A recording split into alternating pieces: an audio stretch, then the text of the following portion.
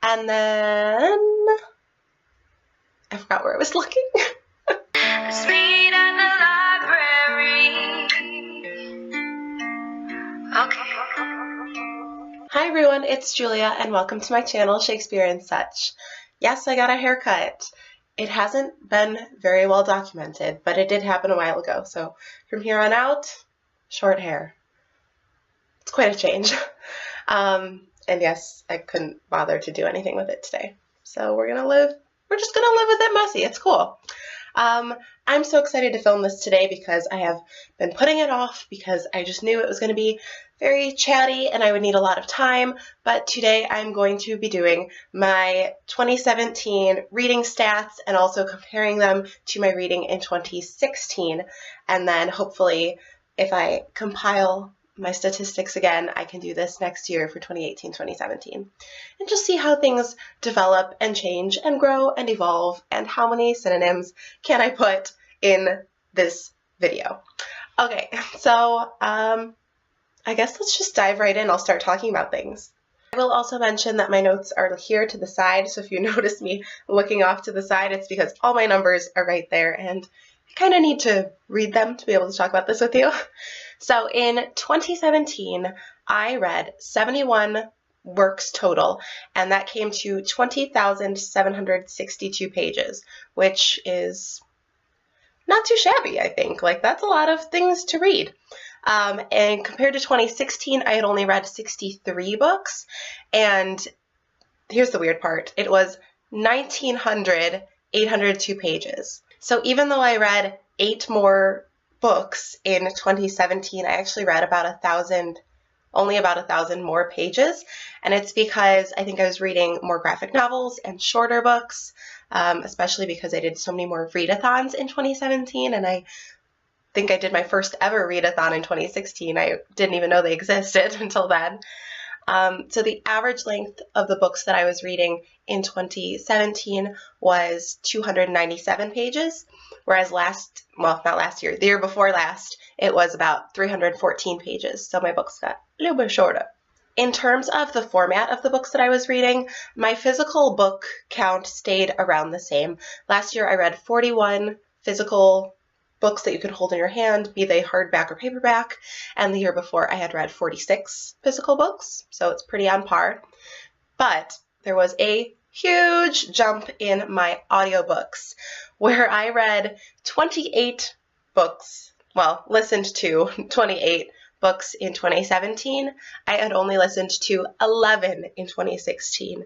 So what went from, oh, let me try out audiobooks and see if I like them, turned into, I always have an audiobook going, and that's what I listen to on my way anywhere in my car. I also had a drop in my ebooks. I really don't read a lot of ebooks in general, but I had managed to read 6 of them in 2016 and only read 2 last year. Also, sorry about my voice. I don't know if I just had done a lot of talking and singing at work yesterday or if I'm catching a cold, but pardon this. I also had a huge drop in my books that I was getting from the library. I love my public library. I feel very protective of it when other people are there. I'm like, this is my library. I know you live here too, but like, it's fine. But because I have such a large unread physical TBR in my bedroom, I've been trying to resist getting library books. So I only read 2 books from my library in 2017, and I had read 8 from the library in 2016. I do feel like I should mention, though, that is only physical books that I'm counting in that number. Literally all of my audiobooks that I listen to are through the Hoopla app, which is through my library, so I'm supporting them in that way. And also occasionally, I think one of the ebooks that I read the last year was through my library as well. So I do still utilize my library. I just feel guilty going out and bringing in more books when I have books that I've spent money on that are sitting and gathering dust. Right? Next, let's talk about the type of books, I guess. Not quite genre, but sort of. I broke this down between novels, graphic novels, plays, nonfiction, and then I think the year previous, what's going on with my hair? I had some poetry as well. So in 2017, I read 55 novels, so that came to 78% of what I was reading.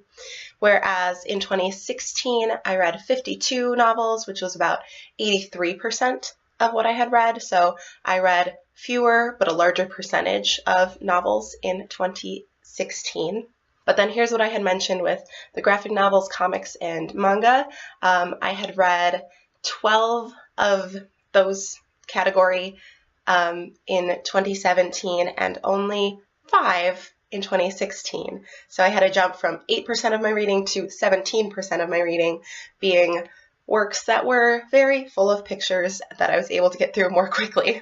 I only read one play in 2017, which feels crazy to me because I love plays and Shakespeare. You know what? Maybe it feels weird because I was in 12th Night, so I kind of read it, but didn't really have to read it. So I kind of read 2. But I had read 3 plays the year previously. So that was a jump from 5% of my reading down to 1% of my reading was plays. I read 2 novellas in 2016, and I read none in 2017 because I realized they're too short and I don't really like them. And I don't think, how do I make this make sense? I don't know what the technical term for a novella is, but I don't think that Seanan McGuire's books, they're short novels, but should we call them a novella? Because they're their own stories, you know? When I say novella, I feel like I'm talking about a continuation, a Red Queen series, and here's the novella, you know? So I'm really not sure about the distinction there, but I don't think I read any novellas. And then finally, one of my goals has been to be reading more nonfiction. Just in general, I read 3 works of nonfiction in 2017, which is 3 more than I read in 2016. And I had read 1 poetry collection in 2016, and I read 0 in 2017 because I read Milk and Honey, and then I was like, I think I'm good. I'm going to stick to other stuff. I'm not a big poetry person, I don't know. So next I want to talk about the demographics for everything that I read because this was so interesting to me. Golly gee, am I a grown-up. So in 2016, I had read 23 works that, are generally considered to be titles for adults, which was about 37% of my reading. In 2017, I read 37 adult works, which was 53% of what I read. So from a barely over a third to more than half. That's a huge jump, and I'm kind of impressed with myself. That's pretty cool, right? Yeah. Which, I can show you now the YA just to compare. So it was like a flip-flop. In 2016, the YA works that I had read were 33, which was 52% of my reading. So similar. And then that number dropped to 20, from 33 to 20. So the percentage dropped from 52% to 28%. So they literally reversed. I also started picking up a lot more middle grade because I finished the series of Unfortunate Events, which, obviously inflated that number, and started reading The School for Good and Evil. So from 2016, I read 7 middle grade works, which was only about 11%. And then that number went up to 14 books, and it shot up to 19%. So between adult growing and middle grade growing, YA just shrunk for me in 2017, which is pretty wild, but I'm impressed with myself. Like I said, feeling like a grown-up. I also kept track of how many books were more modern releases versus what could be considered a classic. Now, I combined both classics and modern classics into one tally. So I have something like Shakespeare and Tuck Everlasting and Fahrenheit 451 all in the same category. So don't be thinking oh wow, she read Jane Eyre 9 times. It's not that fancy, but classics versus modern works. So this past year I read 9 books that could be considered classics, which means 62 were more modern books. So it's about 13% versus 87%, which I'd like it to be a little bit higher in favor of classics, but I'm proud of how this number is growing because in 2016, I had only read 5 books that could be considered classics versus 58, which meant it was at about 8% to 92%. So I definitely am improving in terms of how many classics that I'm reading. I don't want to pressure myself and wear myself out on older books, but I do certainly want to take the ones that I have sitting on my shelf that I feel excited about and get them read. The last statistics that I had worked out for 2017 versus 2016 were releases of that year versus anything that was backlist. So let's start in 2016. In 2016, I read 12 2016 releases, which was about 19% of my reading, and 51 backlist titles, which is 81%. So roughly a fifth of what I was reading had came out that year. I went to the store, got it, read it, which makes sense because like Glass Sword came out that year. The Hunt, I think, came out that year. A lot of like sequels is what we're talking. And then in 2017, I had read 10 2017 releases and 61 backlist titles, which brought the numbers to about 14% versus 86%. So I am down 5% on running out and buying new books as soon as they come out. Not that there's anything wrong with being excited and going out and getting a new book, but like I just said before, I have so many unread books that I've purchased that I'm really trying to work on what I have before acquiring a ton of new books. I mean, that being said, I still get book boxes coming in, not every subscription every month, but I do get usually at least one a month. Sometimes I can't resist Book Outlet anymore and I like make a purchase, but I'm just trying to really work down the number of books that I have.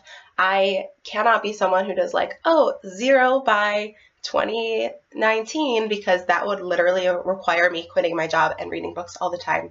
I don't want to currently disclose the number of books that I have that I haven't read, because I will eventually do a bookshelf tour for all of you, because you get to see a glimpse of this one behind me. You used to be able to see the other one that's here right now, but these are my read books, and all of my unread books are in the Cove of Shame in my bedroom, which is one more of these whole bookshelves from IKEA.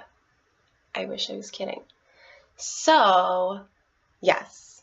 Also, the stats video for next year is going to be incredible because I have started using, Sophie from Portal in the Pages has made like a reading spreadsheet, and I guess she does this, she has done it more in the past, but I got the 2018 one, and whoo boy is it detailed. You get like breakdowns of genres, and if the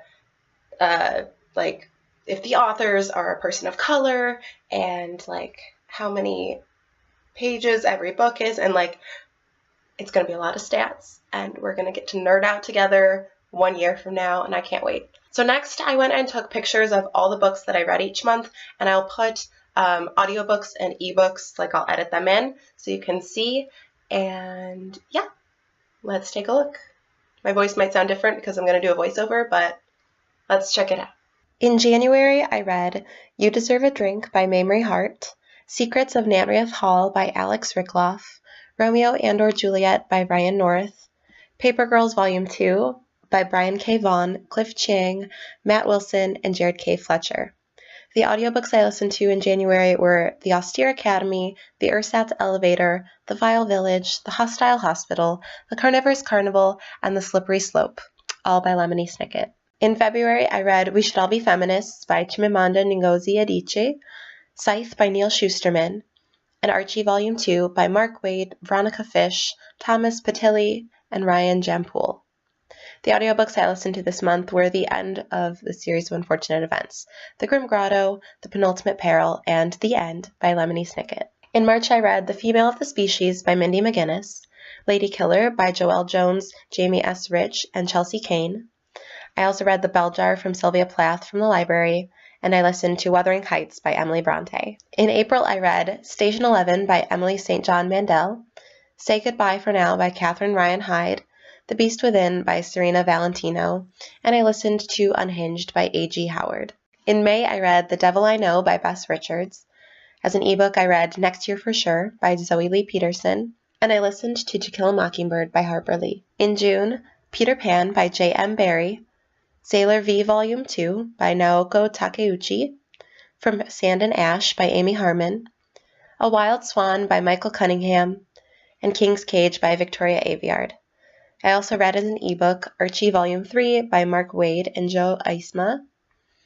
I listened to The School for Good and Evil by Soman Chainani and Fahrenheit 451 by Ray Bradbury. In July, I read all physical books: The Crucible by Arthur Miller, Forbidden by Tabitha Suzuma, Bright Young Things by Anna Godberson, Grace and Style, The Art of Pretending You Have It by Grace Helbig, And I Darken by Kirsten White, Jane Steele by Lindsay Fay, Goodbye Vitamin by Rachel Kong, The Kitchen by Ollie Masters, Ming Doyle, and Jordi Belair, and an adaptation of Dante's Divine Comedy by Seymour Schwast.